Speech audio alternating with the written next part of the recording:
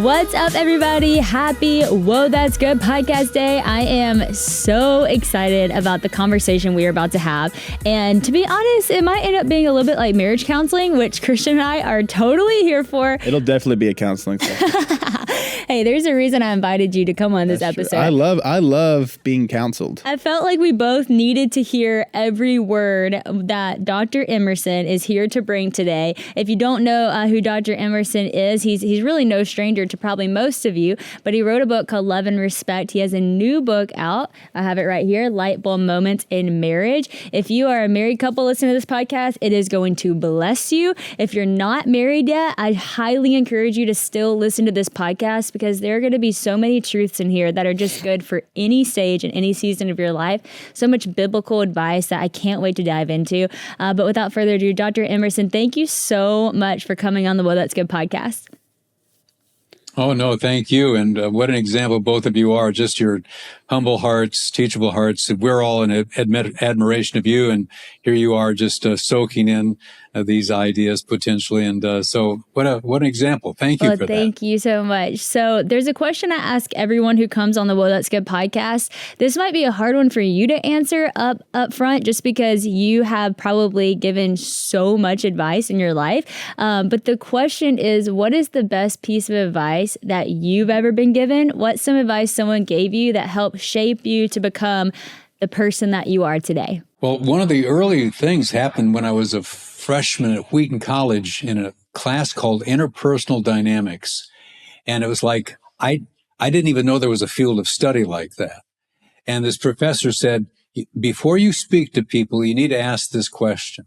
Is that what you are about to say going to build trust or undermine trust?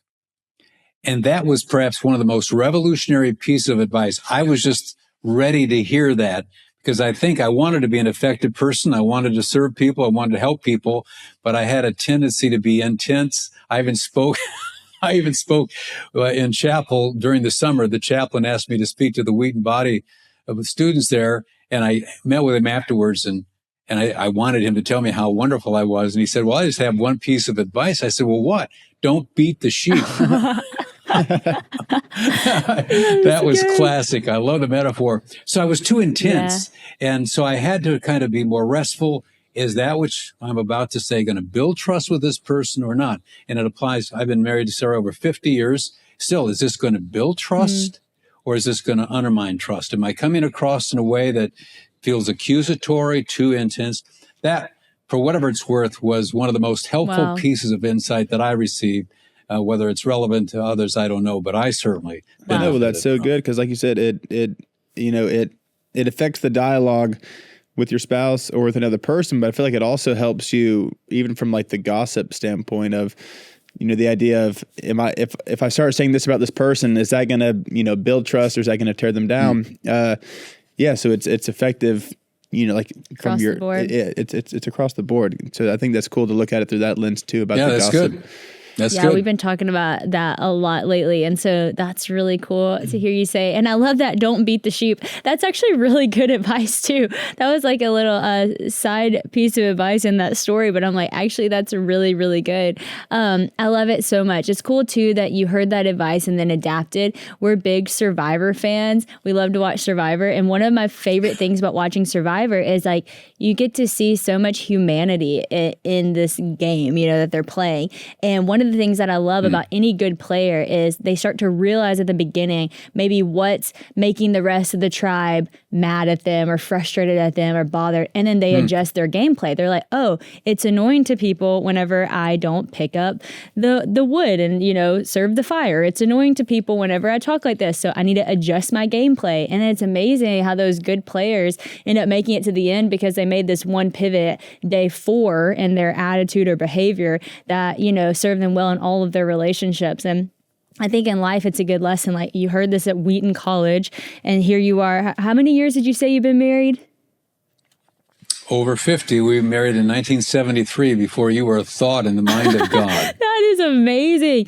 And it's like that one pivot has served you so well in your relationship for over 50 years. So I just love that so much.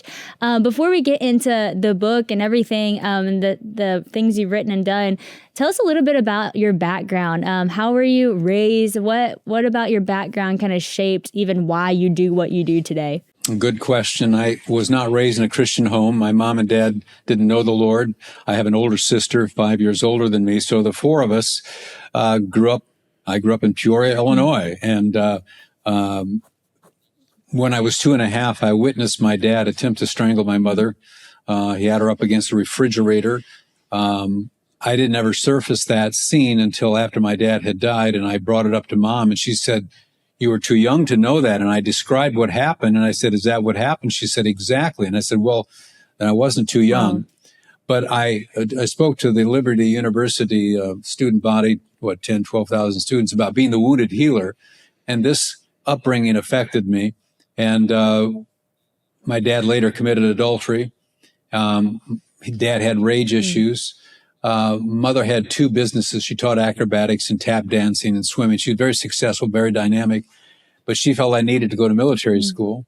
So at age 13, she paid for me to go to military school. So I was there from age 13 to 18 at Missouri Military Academy. But at 16, I went to a movie called For Pete's Sake by Billy Graham. And that's where I heard the gospel that God loved me, but my sins separated me from that love, but Christ died for me. And all I had to do is receive Christ into my heart for forgiveness. And I came forward in that Liberty Theater and found out that Billy Graham had gone to Wheaton. I was headed for West Point. I'd met with my congressman. The president of the academy can make recommendations. And so I was thinking West Point. But when I found out that Billy Graham went to Wheaton, I thought Billy and I were the only 2 that knew what was coming down. But I applied. And my freshman year, my mom's watching me, my dad's watching, my sister's watching me, her husband, who's a professor, watched me. My freshman year at Wheaton, all 4 of them prayed to receive Christ. So my whole family came to Christ. But the dynamics of male and female communication, the problems Mom and Dad had, I think was a significant factor. And then being at military school with no girls at that time at the academy, I thought, how do we communicate with females? And how should Dad have communicated with Mom? And they changed. When they came to Christ, they changed. Dad was driving Mom to speak at Christian Women's Club about how Christ had changed them and their marriage. And so they changed, but I still had to process the upbringing. And I think the male and female dynamic and communication was deep in my soul. And I wanted to try to figure it out better than my dad had done. And I'm so grateful that things kind of worked in that direction. Wow. That is incredible. It's so cool. Thank you for sharing that part of your story. I know that's going to resonate with so many people. And also just the message of hope and encouragement, because so many people are living within family. A lot of people who listen to this podcast, we get this response a lot of times, like, your podcast is the only place that I hear like Christian conversations, godly conversations. I haven't seen that model in my home. So when your mom comes on, I'm learning so much from her. When your grandma comes on, and that's why I love having people like you come on, because so many people are coming here for godly advice that maybe they've never gotten before. And it's really cool to hear you say that you weren't raised in a godly family. I mean, it's sad to hear you say, I don't mean that's cool. It's cool for people to know that they can relate to that. Yes. And now, look at what you've done for all of these years to help so many families, and what the enemy meant for evil, God really can take and turn it for so much good. And so this is so encouraging. I have a quick question about so when you said the Billy Graham movie that you went to go watch, were you, because I know that you did not have a reference point to faith and Christianity. Did someone invite you to that, or did you seek that out, or was it something that someone invited you to and you had no idea what you were showing up to? No, I think the good question. It was an elder at a Presbyterian church. That would have been when that denomination is a bit more conservative. Gave free tickets, and they were all free, to the cadet corps. And anybody who wanted to go could go. And so I don't know why that's a good question. I don't know what prompted me to go, but I did go. And on that invitation, and that's where I sat in that Liberty Theater, which is ironic. I was liberated that day. That's cool. And received Christ into my life. And it was a true conversion. I mean, it really was significant. Wow, that is so cool. I love it. This time of the year, the days are getting longer and the nights feel a bit shorter. Whether it's evening at the ballpark or squeezing in a date night, life's just busier. For me, good sleep isn't a luxury, it is a necessity. So upgrading to a Helix sleep mattress was legit one of the best decisions we made for our home, because honestly, I didn't realize how much my old mattress was affecting me until we made the switch. Now I'm falling asleep faster, staying asleep longer, and waking up feeling more rested. Even if the girls wake me up during the night, which they do, it's kind of a thing. To help find the best fit for you, Helix offers a super simple sleep quiz that matches you to your perfect mattress for your sleep style. That's how Christian and I got matched with the Midnight model. It's not too firm, not too soft, and perfect for us as side sleepers.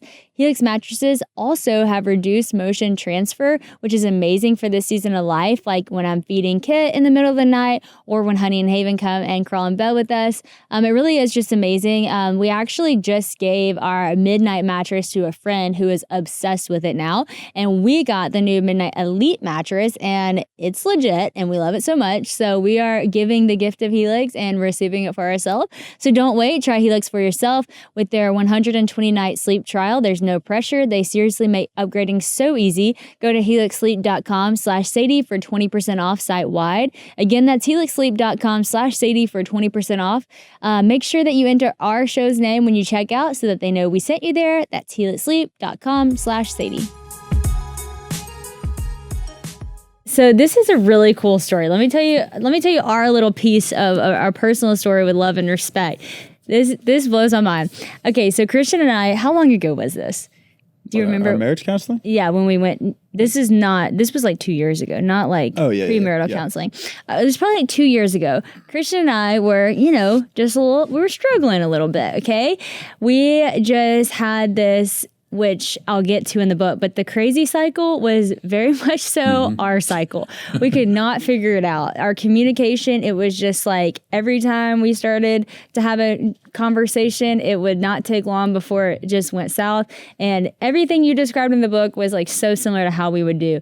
Shut down, go outside, go on a walk, leave, not know what to say, frustrated, the whole thing.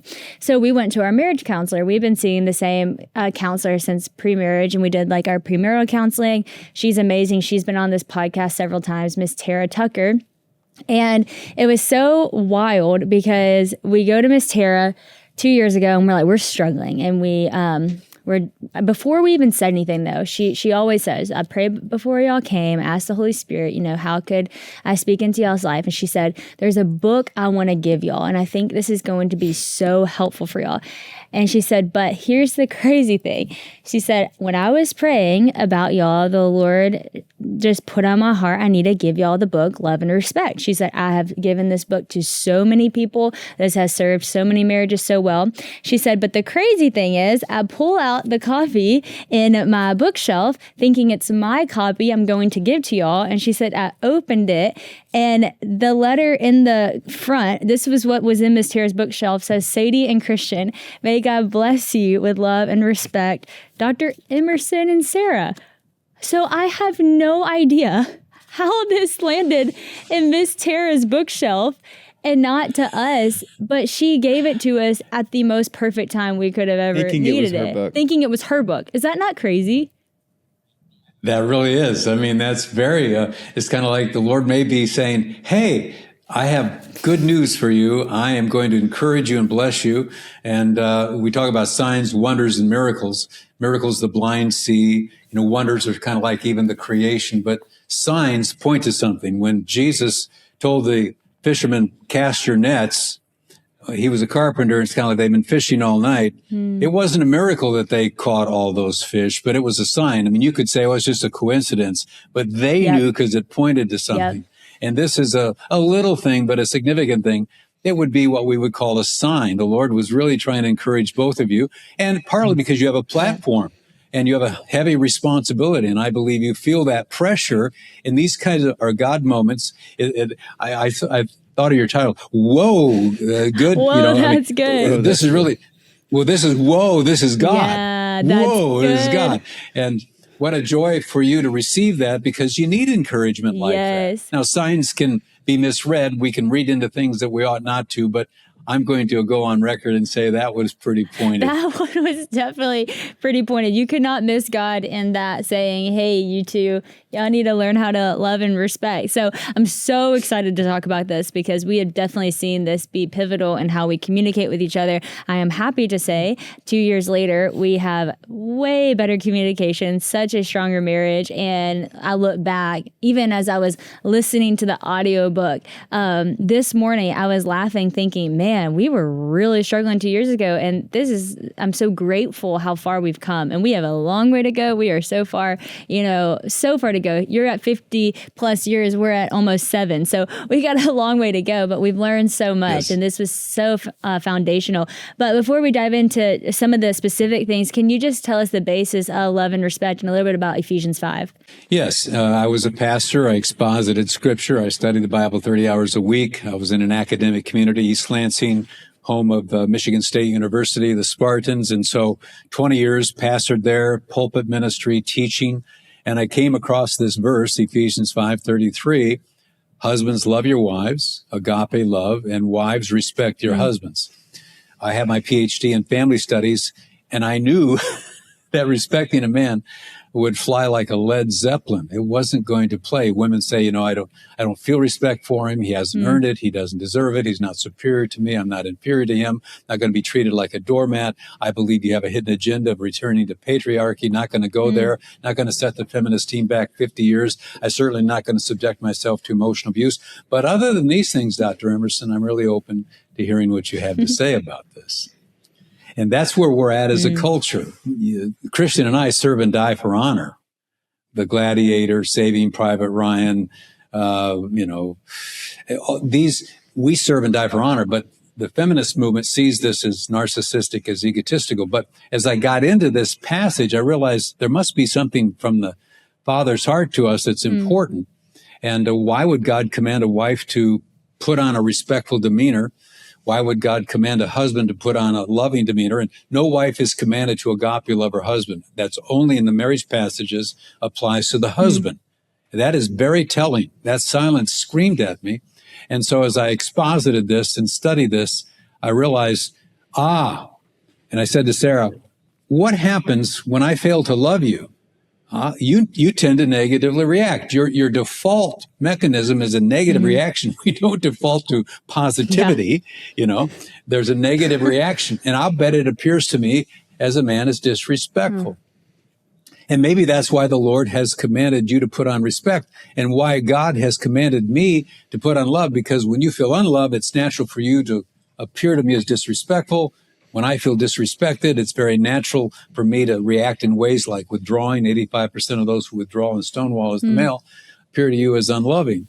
And as I meditated more and more, that's when this crazy cycle emerged. Without love, she reacts without respect.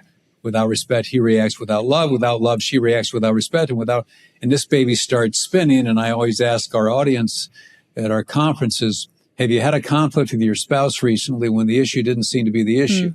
And something else was going on. The issue was real, but it wasn't the root, because now you're off onto this other issue. In most cases, she's probably feeling unloved, right or wrong, and he's probably feeling disrespected, right or wrong. And so the question is, how do we get off of that crazy cycle? And that's been our ministry and mission for all these years, helping couples jump off sooner. It's so good. It's definitely a crazy cycle. We needed to jump off. We needed to dive off. And I'm so glad that we did. I mean, for those listening, if you start reading this book, I mean, it didn't take us long to realize why Miss Tara would have naturally thought to give us this book. But I think it was also a prompt from the Holy Spirit as well. But it was so encouraging. And one of the things that you talk about in the book is how this is so obvious, so why don't we do it? Like this is something, Ephesians 5 is like one of the most, there's a lot of times in scripture it talks about marriage, but like that seems to be like the one that we go to a lot. And it's so obvious, but why do we struggle with it so much? Like, why is it so hard for the woman to respect? And why is it so hard for the man to get that love when it seems like, that would just fix all of our problems? What is that root in all of us that's hard to get past, if I could say that? Right. Because we don't intend to be unloving or disrespectful. So when we get on that crazy cycle, let's say with Christian, when he has shortcomings, as I have shortcomings, you're going to react in a way because of hurt, maybe frustration, maybe a measure of anger, and you're going to respond to him as a woman. And women tend to be critical. They'll complain. This is the research. You'll give voice to this because you care. But in that caring, because you're trying to help him understand you, you come across in a way that probably nobody talks to him. So it appears and hears as disrespectful to him, but that's not your aim. Yeah. You're not trying to say, hey, you don't get up early in the morning to storyboard ways to show him disrespect. That isn't even your mindset. Actually, you're feeling vulnerable. And so something happens that you feel unloved. You seek to do the loving thing by aggressively moving toward him to give voice to what it is that hurt you. You suddenly hear him saying you're being disrespectful again, which blows your mind, and you feel even more unloved. And there are 4 levels of proof that you're right. And then when you talk with your girlfriends, they all have the same story. And so you don't want to be right. You just know that you are right. So there is this lack of ill will. And the same thing on the man. Men are not putting a voice of vocabulary, but he comes home. He's just a good-hearted guy, like King David comes in after having worshiped the Lord. And Michal, his wife, looks at with disgust. She's despising. He came home to bless when suddenly he gets this onslaught of contempt. And he said, I will be more lightly esteemed. So he comes in and suddenly feels disrespected. He tries to do the honorable thing, probably by not escalating the thing. And so pulls back, withdraws, only to hear that he's the most unloving person on this side of the Mississippi River. And he feels even more disrespected. And so he's looking at this and think, man, I can never be good enough. She's telling me I'm inadequate and she doesn't respect me. And so what happens is that he doesn't see his own reaction as unloving. She doesn't see her own reaction as disrespectful. So one of my calls is based on 1 Corinthians 7, verses 33 and 34. Paul said the husband is concerned about how to please his wife, and the wife is concerned about how to please her husband. And we all have to come to a point where we're going to believe that scripture more than we're believing our feelings in the moment of the craziness. That's good.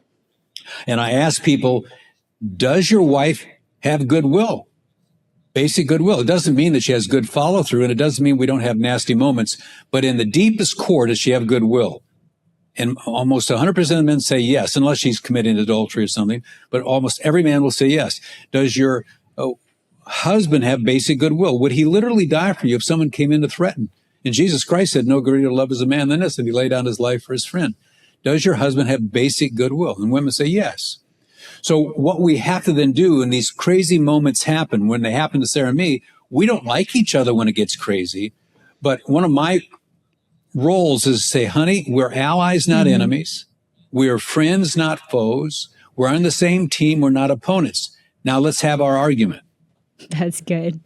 I love that. I have so many thoughts. I know everything he breaks down. It's like, yes, that's exactly what happens. But I love how you said it's good-willed people who genuinely love each other, and it's not their aim to hurt each other. And I think that's why it was so confusing, why we were struggling so much, is because I genuinely love him so much, and he loves me so much, and we know that. And we're good people, and we're good friends, and it doesn't seem like we have these problems in any other relationships in our life. And why is it like that with us when we actually do love each other? And then that piece of the puzzle was like, oh, I can see why this keeps happening, because I'm not meaning to sound critical. You talk about criticism and stuff like that whenever I'm encouraging you, but I can see how that might sound that way. I'm trying to encourage you. I'm trying to help you, but you don't need me to do that. You need me to respect you. Like the whole thing, it was like, whoa. It's actually a light bulb moment in marriage of like, this is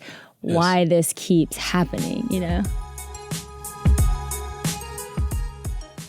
I feel like one thing motherhood has taught me is to be more mindful, especially when it comes to what my kids are watching, because that content shapes them more than we realize. Screens are just part of life these days, but I still want that time to be healthy for them, and that's why we love the Minnow app. It is such a game changer for families who want their kids to grow in their faith in a way that's fun and engaging. Minnow is the #1 streaming service for Christian kids content, filled with shows that spark their imagination and point them back to God in the Bible. I love that it makes it so easy to experience faith together, whether it's just a quick show during the day while I take a phone call or something they can watch while I make dinner. They got some favorites. Just the other morning, we were turning on VeggieTales on the Minnow app on the TV, and Honey loves VeggieTales. Haven's favorite is Young David. They also have the new Light of the World movie. So many great things on there. So not only can you actually trust the shows that they're watching, but it's also all ad-free, which is amazing. At the end of the day, it's about more than just keeping my kids entertained. It's about helping them grow into who they're meant to be. Like I said, my kids just absolutely love the Minnow app. They love all their little shows, and it's really cool to hear the stories they know about Jesus just from the shows that they're watching. So visit gominnow.com to start your free trial today. Plus, you can use the code WHOA to get your first month for free. Heyo, this is a web-only exclusive offer, so make sure to sign up on the gominnow.com website with the code WHOA to get your first month for free. I love how you said there's levels to it, and it is a cycle, because there are times where, yes, there is something said and it's a tone, but a lot of times it's the things that go unsaid is when you feel not respected. So if it's, so for me, it's like if I do the dishes, then take the trash out, and then do all these things, it's like if there's no appreciation for that, then to me, I can feel disrespected. And then for you, if you come home from work and if I'm uninterested in your day, then you don't feel loved. Mm-hmm. So a lot of times it's the things that go unsaid that lead to those triggers of not feeling respected, not feeling loved. And then oftentimes too, it is the tone in which you can say things in, but I feel like for us, oftentimes it's the things that go unsaid that leave you feeling disrespected and unloved. Well, actually, on the note of tone, one of my favorite things you said in the book is, it's like, maybe in chapter 1, but you talked about how when you said to Sarah, you're saying the right thing, but you're wrong at the top of your voice or something like that. It's like the right thing with the wrong tone really does matter. And I could see that even for me, because it's kind of like beat the sheep. I have like a strong way of like talking sometimes where I'm trying to be encouraging, but it sounds like too aggressive. Yes. And so it's like a coach. It's like, that's not what you need from a wife, And so I love that. Can you speak a little bit about just the power of our tone and how we speak to one another from a wife and a husband perspective? Because you even talk about this, and we can go into the pink and the blue. The pink hearing aids and glasses, and the blue as well is very helpful. Well, I talk about hone the tone. Hone the tone. And that's one way of expressing. But you can be right, but wrong at the top of your voice is the quote there. And that is proclivity for all of us. We have a propensity when we're upset or we're a little insecure to overreact and come out maybe a little bit louder, but also just normal interpersonal dynamics. Women are just going to express themselves. They're not trying to be disrespectful. They're actually trying to be caring and helpful, pointing out something. If he just kind of did that, I'm sharing this with you to help you. But men have vulnerabilities where women don't, and women have vulnerabilities where men don't. He says, is that your second piece of cake?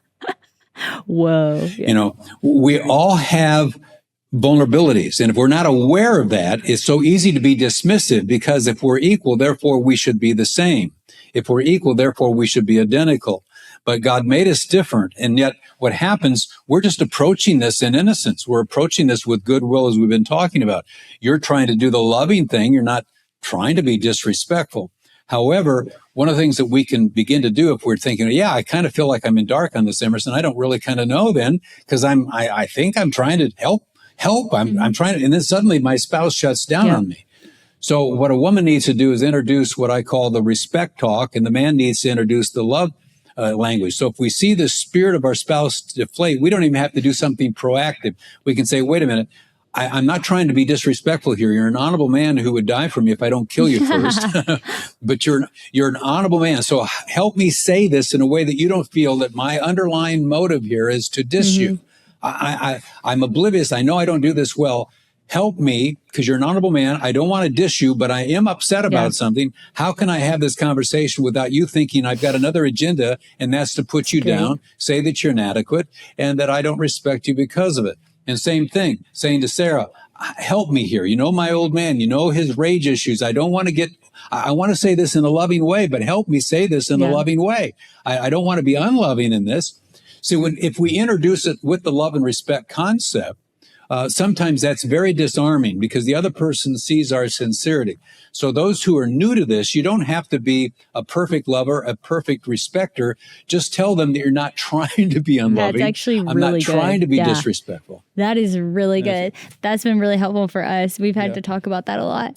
Well, I think too, and it's like you've kind of said too, it's like there also is like, even for men to be respected, and you kind of mentioned this earlier, but I think sometimes that idea of, the respect aspect, it can seem domineering of like, you just need to respect me. And it's like, there also needs to be accountability for men to be, well, if you want to feel respected, then you need to do things that are respectable. So if you come home, or if you're living your life in a way that you aren't loving your wife, you're not honoring your kids, you're not being a good man, you can't just demand respect because it says it in the Bible.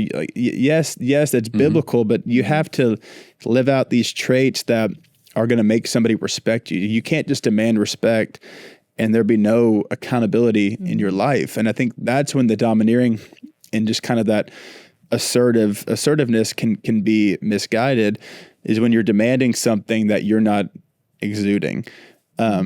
But I love how you kind of hit on that earlier, because I think sometimes in our culture, we can get wrapped up in that. No, that's exactly right. And one of the things I say is that I never have told Sarah to submit to me, and haven't ever said, you're not respecting me, because that's God's command to her. That's God's command to her. And so I don't go over on that side of the equation. I made a commitment. God calls me to love Sarah. Now, we'll have discussions where she will see me deflate. She said, did I come across disrespectful? I'll give voice. Yeah, that felt disrespectful to me, but it's not accusatory. It's more of helping us mutually understand each other. And so I say to men who are men of honor, do we have a right to say to our wives, you must submit, you must respect me? Because the minute I do that, then I'm probably not leading in love, because the better way to get her to respond is to say, and I said to guys, if your wife's coming across to you disrespectful, why not ask this way? Honey, that just felt very disrespectful to me. But did I just come across earlier in an unloving way that triggered the crazy cycle? Help me understand what I did to trigger this negative reaction. Help me understand what I did that was unloving. A true leader, an honorable man, is not afraid of asking that question. And I sometimes say to men, you have enough courage to die for this woman, but do you have enough courage to live with her? And do you have enough courage to ask that question? Because that's really the way you need to approach it. And so the challenge is, if she's coming across disrespectfully, and if she's got goodwill, she doesn't want to do that. That's not a turn on to her. That's not her goal. She's usually upset, hurting, and she's insecure, and she's negative reacting to get your attention to the deeper cry of her heart. So if you say, did I just come across as unloving because what you just did here felt so disrespectful to me? Can we talk about that? And if you're a man's man, you'll do that. It's not a comfortable conversation. It's much easier just to intimidate her and threaten her. But that's not good leadership. And the same thing with a woman who's a great leader, dynamic person. You say, well, you're this wonderful leader. Hey, if you see very clearly that he's come across in an unloving way, rather than just speak contempt and disrespect, have enough courage as a great leader to say, honey, that just came across as very unloving to me. Did I say or do something earlier that felt disrespectful to you?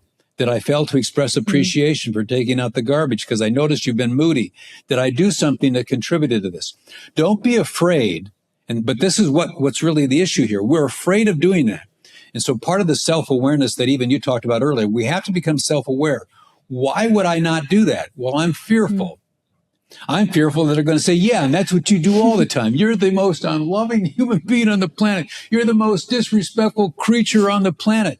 And so if we're going to give into that fear, then I would have you step back and ask yourself, hey, maybe this is a moment for me to be a little bit more courageous, because at the end of the day, the only thing that's here is going on is social ostracism. This isn't death. This isn't persecution. This is social ostracism at its worst. And the question is, can we handle this? Or is it going to be, you can't handle the truth? That's so good. I love when you talk about too, like who's going to be the first to apologize or to come have the conversation, and you say, well, which of you is the most mature? It's like, oh, that's so challenging and so good. Because yes, you got to swallow your pride to have those conversations, or be brave enough or courageous enough to have those conversations, despite the feelings of fear that you're having or insecurity that you're having. One of the things that I'm thinking about is that, you know, in our culture today, we love to do things like Enneagram, Myers-Briggs. We love to like know who we are. We love even what's your love language. And so, you know, I could say, oh, well, I love words of affirmation and he loves quality time. Or we can go to the Myers-Briggs and it's like, he's more of the feelings person. I'm more of the thinking person. Like we have all these things and how we respond. I can see people going, well, yeah, I'm a girl, but I actually need respect. Or yeah, I'm the guy. You know what I'm saying? Like they might think, yeah, they're this person and they're that person. They're the wife or the husband, but it's actually different for them because of the type of personality that they have. I love how, even going on that note, and I want you to speak to that. You even talk about how Aretha Franklin's song, you know, R-E-S-P-E-C-T, found out what it means to me. Like girls love that song because like, yeah, we need respect. And there's this feminism movement of like, we want that more manly role sometimes, I guess. And so can you speak to just like the core of like how we were created from God, by God, to need love and a man's need for respect? And those aren't really interchangeable. I mean, yes, we both need both, but like it's not like a personality test thing. It's a how we were designed thing. Spring is one of those seasons when people start thinking about what's next, whether that's starting something new, finishing a degree, or starting to think about what school might look like for your kids next year. And that's why I want to tell you about Liberty University, a school I genuinely love. Their mission is to train champions for Christ, which means students are grounded in biblical truth while also growing academically, and that balance really matters. If you've been thinking about an online education, you have to check out Liberty University online programs. I actually took online classes myself from Liberty, and it was such a great experience. They offer more than 600 degrees, and most courses are 100% online with no required login times, so that you can really learn anytime, anywhere. Their classes really are amazing. My sister has been a Liberty student for a long time. She has furthered her education, and seeing her balance so much of what she does in life while also doing school is very inspiring. She does a great job with it. So if you're looking for something for your kids, Liberty University Online Academy is a fully accredited K through 12 private Christian online school. My sister Bella did that, so LUOA, and had a great experience. It's flexible, self-paced, supported by certified teachers, and students can even join clubs, field trips, and other activities so that they still get that community experience. And here's something really special just for my Well That's Good listeners. Application fees are waived for all Liberty programs. Right now, you can also enter for the $50,000 Sadie Scholarship giveaway for a chance to win one of multiple scholarships for Liberty University. So go ahead, take the next step in your journey. Visit liberty.edu/Sadie to enter the giveaway and get on your path to purpose. Don't wait. Visit liberty.edu/Sadie today. Yeah, no, I think it's an excellent question. I mean, one point I make is we all need love and respect equally. I mean, I do believe that. We need it equally. But we've asked 7,000 people this question. When you're in a conflict with your spouse, are you more likely to feel unloved at that moment or more likely to feel disrespected? 83% of the men said they feel disrespected. From a statistical standpoint, that is statistically significant and it's off the charts.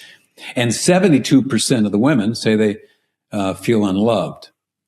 But to the point you're making, there's a percentage of people, he feels unloved, she feels disrespected. And I have a whole chapter in Love and Respect about how to honor, esteem, and respect your wife based on 1 Peter 3, verse 7, where a husband is to live with his wife and honor her as a fellow heir of the grace of life. So I never push back on the woman who says, you know, I need respect. My mother needed to be respected. I come out of that. Dad was disrespectful and dishonoring of mom. And so that is big on my radar screen. At the same time, there's not one movie that ends with the hero embracing the damsel saying, I want to respect you the rest of my life. True. And if you'll see every movie where the woman is feeling, do you love me? And so there is this cultural, I think, recognition of that. And so to me, it's not a matter of choosing one or the other. If you get on the crazy cycle and you're reversed, and some are, then the same applies. If she's feeling disrespected, that needs to be addressed. There are times Sarah feels disrespected. I maybe come across dismissing her opinion. And so she's feeling, I don't feel unloved this moment. I feel like you're not respecting me. And so each person has to be aware of that. But if there is this cultural pushback, particularly among females, it's almost dominantly female, women kick into a default mode that they somehow are going to be dismissed. And so there is always a counter. I wrote a book called Mother and Son, and mother and son, on all the emails mothers were sending me about how they applied this to their sons and they began to connect with their sons. But whenever I go in an area and I say, I've written this book called Mother and Son, the first question, almost every woman in the room said, when are you going to write one on father-daughter?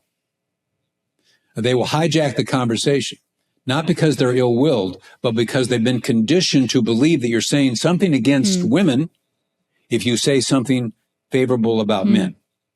And so if we say a man is motivated to serve and die for honor and respect, it isn't too long before some women will take that conversation back over to themselves. And these nurturing, loving individuals need to step back and ask, wait a minute, we're not saying something against your daughters when we're talking about your sons. If I'm talking about Christian here, let's let Christian give voice to this himself. And if a woman says, I need respect, and by the way, Otis Redding wrote that song, and it was a song to his wife. And Aretha Franklin came along and turned it. So, and I say in our conferences, men, we had one song, and even that they took. They took the one song we had. That is really funny. That's so funny. Well, I love to, because I think even the idea of love and respect, it's so helpful in marriage, in relationships, but it also crosses boundaries to friendships, and I think it provides such a healthy framework for friendships and how you do friendships in life. And you have in-law dynamics, you have all kind of things, and it's even been helpful for us to where there's situations with friendships where it might be something like, if I don't get invited somewhere, right? My primary instinct is I don't feel respected by this person if they invite all my other friends, but they don't invite me. I don't necessarily feel unloved. I feel, do they not respect me? And then for her, it's kind of the same thing. It's, if she gets left out of something, her primary instinct is, I feel unloved or unwanted. So it's even helped us communicate in those aspects to where if something happens like that and there's a flare up, she's not necessarily, she might be kind of confused by why that maybe triggered me so much, but because it is that core instinct of feeling disrespected and desiring to be respected. So yes, it's helped us so much in marriage, but also just in life and relationships. And so that I'm saying that to the person listening, if you're single, if you're not married, if you're not dating, it still is a primary core in how you do friendships, in your relationship with your family. So I think it even just crosses those boundaries outside of marital relationships too. It's so true. Yeah, and you have half your audience, I believe, is single, and it's challenging for women in particular to think, okay, when I come across to a man or anybody, do I come across in a way that appears disrespectful? We know your heart's may be hurting, you're longing, they're trying to get a message through. I applaud all of that, and I'm 100% in your camp. But if you misrepresent yourself, if you come across in a way that's way too negative, too disrespectful, you're trying to be rescued sometimes, trying to help them see that they hurt you, stepped on your air hose. It's important for you to step back, like in that class that I was in, a freshman. Is that which I'm about to say going to build trust or undermine trust? Is that which I'm about to say going to come across disrespectful? Maybe they deserve disrespect, but you can't motivate people with contempt. It never works. It's toxic. It is the number one toxic ingredient, contempt and disrespect.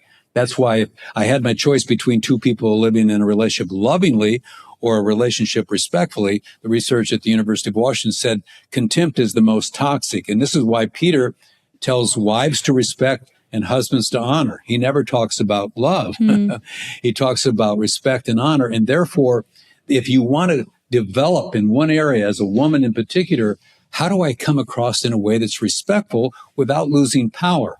And respect doesn't mean that you somehow acquiesce. No, it's unconditional positive regard toward the spirit of another human being. So as you're communicating what upsets you, when you're communicating the truth, you do so in a way that shows respect to their inner person. You're coming across, well, as Jesus said, the spirit's willing, but the flesh is weak. So they may have failed you, but Jesus never showed contempt toward the spirit of the three disciples that fell asleep. He came across to them as saying, your spirit's willing, but your flesh is weak. And so the important thing is, what's my attitude like when I'm giving voice to my brother, to my father, to a male cohort?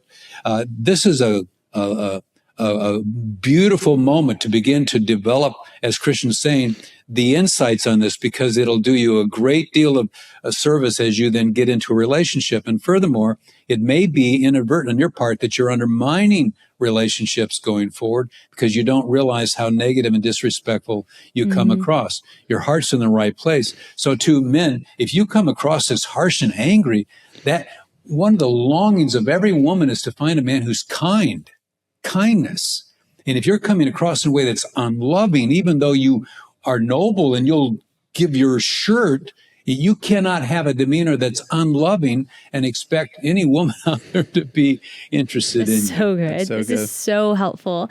One thing I want to bring up, and this is more in the new book, Light Bulb Moments in Marriage. So you have this chapter where you talk about like the holy word in Hollywood. And I want to bring this up because this is such a, like, even knowing this conversation, this is going to encourage so many people, help so many people. There are also going to be a group of people who are frustrated by this conversation. And I know that because for me, I don't know that I've ever actually talked about this publicly or even acknowledged it publicly, but here we go.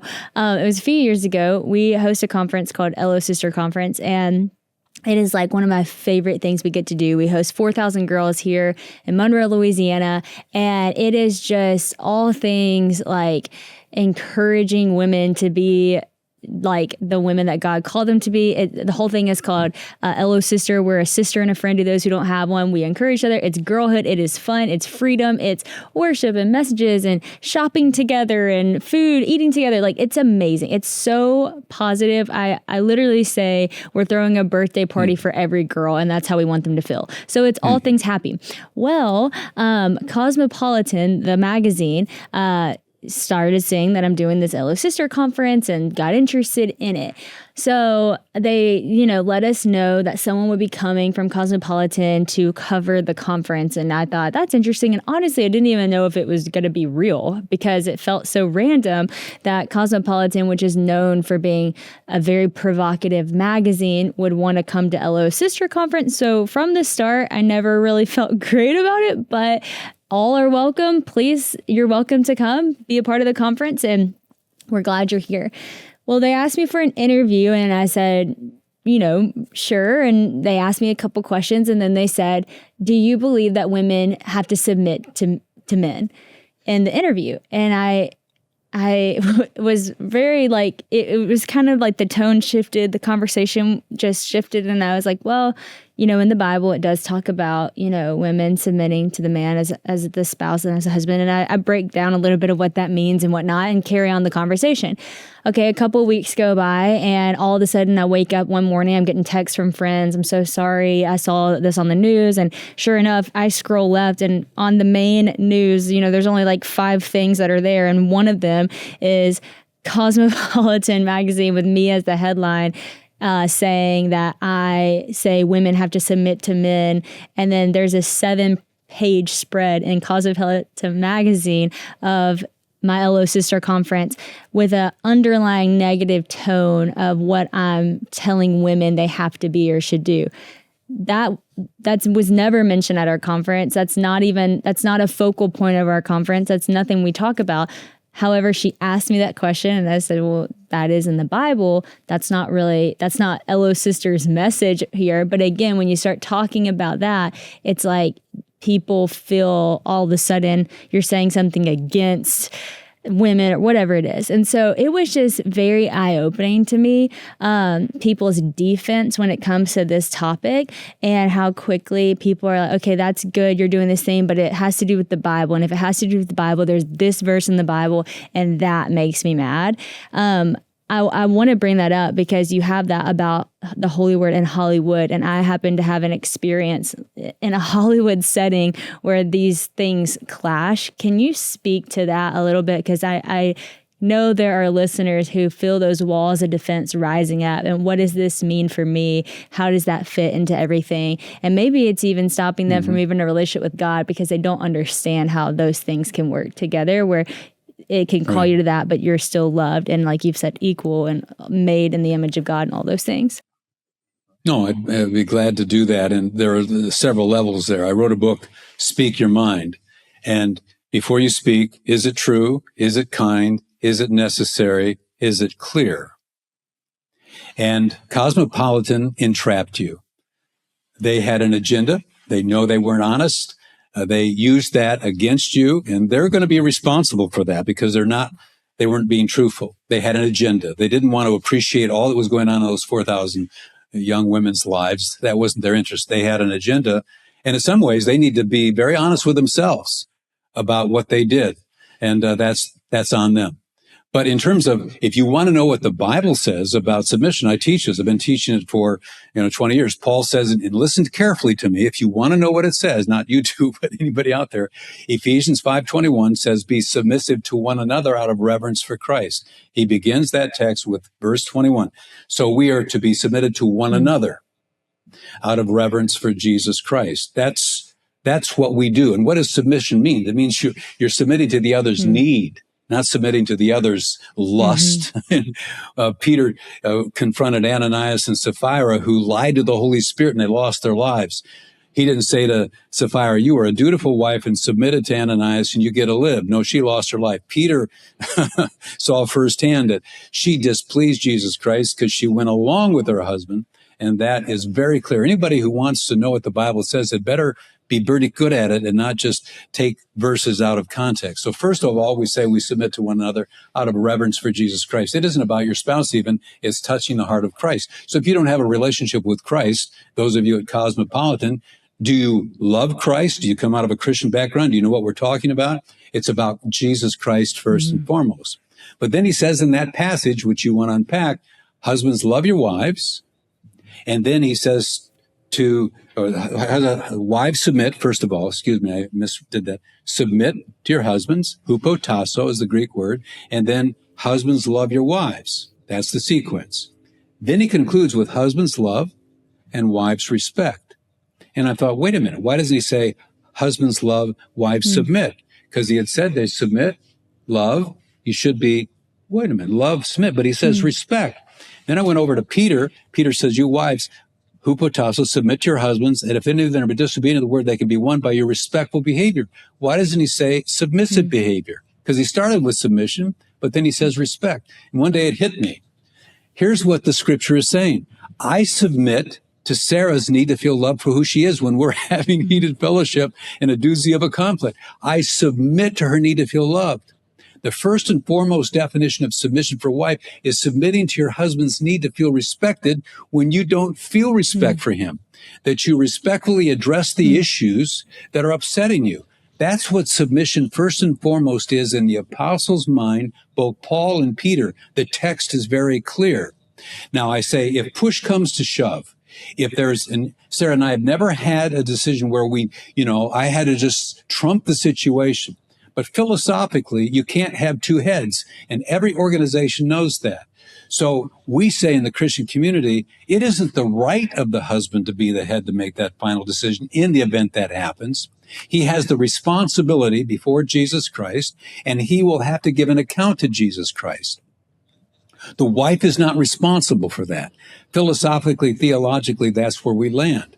And I have my PhD in family studies, and when you get into the research, this is not only representative of an egalitarian position, but it is complementary in the sense that there are male and female differences. But even today, women still expect the husband to die for them, even if they're egalitarian.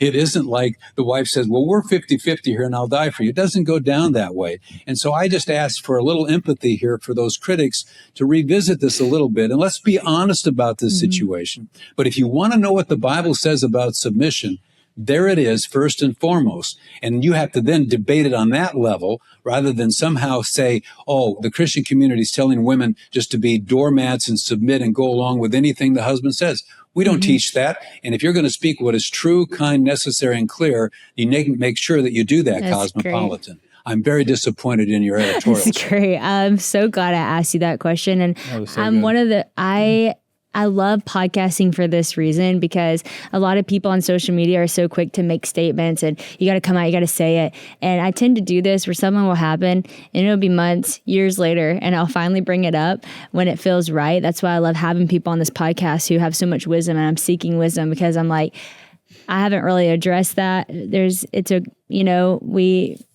It just was what it was. I believe in what I'm doing. They entrapped you. And I know what's true. It's okay, that kind of thing. Yep. And you just kind of keep doing your thing.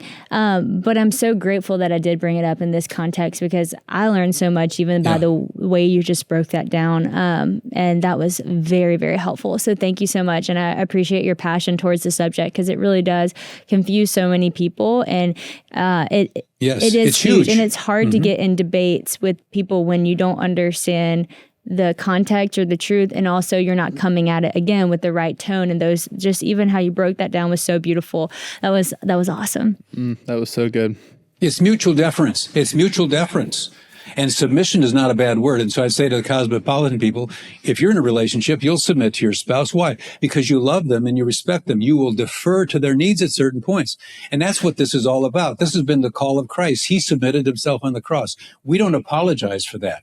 But if you're saying it's always one-sided, man against woman, we are in the same camp as you are, Cosmopolitan. But you need to be part of our community to know what we teach. Don't you presume what we teach. That's really good. Well, I love, again, I think I did say this to her that day about how Jesus, he embodied and showed submission to God by literally like dying on the cross. And so it's not just something for women. It's something that our Savior showed us. It's what Jesus did on the cross. And so I think that that's like such a beautiful thing, that Jesus, he really can empathize with us in our weakness and all of our things, because he has gone through it. And as a man went through the ultimate submission of and laying down his life. So everything you've been saying, it's just, that was amazing. I don't have enough words. That was really good. Well, we're almost out of time, but I have like a selfish question to ask at the end. But ask it. Okay.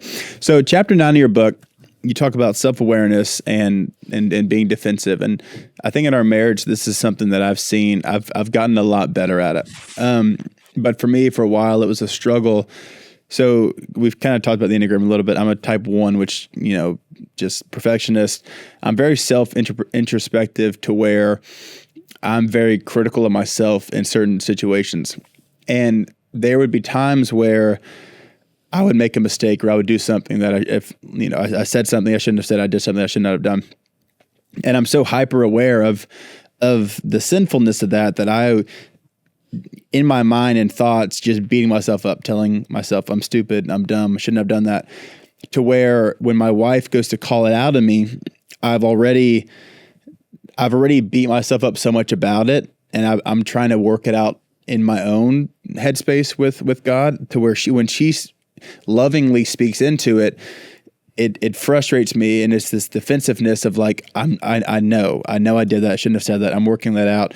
But can you kind of in a like practical, it's kind of what you said, where you say like, okay, how can I say this in a way that doesn't come off disrespectful? Because even if I would say, hey, when you said that, it hurt my feelings, even if I said it very nicely or simply, because he's already beating himself up for it, he's like, I know when I said that, whatever. And so then I'm like, well, I feel like even though I know, can I still say it hurt my feelings, so we can still get to the point where and it would get to where feel like you're sorry for it? Even if her tone was perfect, perfect situation, great time to bring it up. It's still because there is an insecurity there, and there's a wall up there.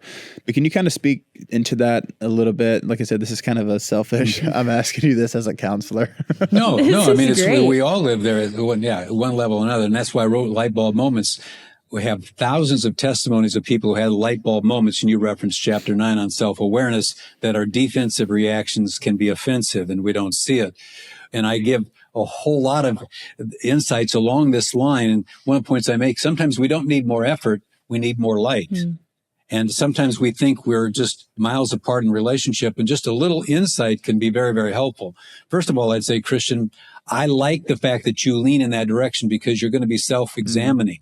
And even though you beat yourself up, as you reflect on these situations, even though you may feel yourself being more insecure and I blew it, and you really punish yourself, that's going to be, I think, beneficial to you to become a man of tremendous wisdom, because you're going to be assessing your own reactions. Why did I do that? What happened here? How can I make that different?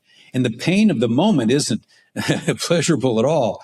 But over the next so many years, you're going to become wiser and wiser and wiser. I'd rather have a person be in that situation where they're self-examining themselves and self-aware and beating up on themselves, rather than justifying themselves and blaming everybody else. The first sin after the first sin of Adam and Eve was blame placing. He blamed the woman and God in one sentence. The woman you gave me made me eat, and then she blamed the serpent.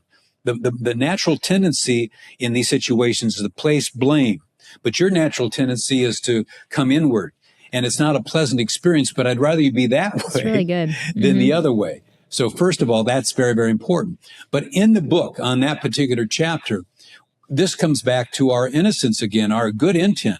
When we get on that crazy cycle, as I said earlier, we're not trying to be offensive. Without love, she reacts without respect. Without respect, he reacts without love.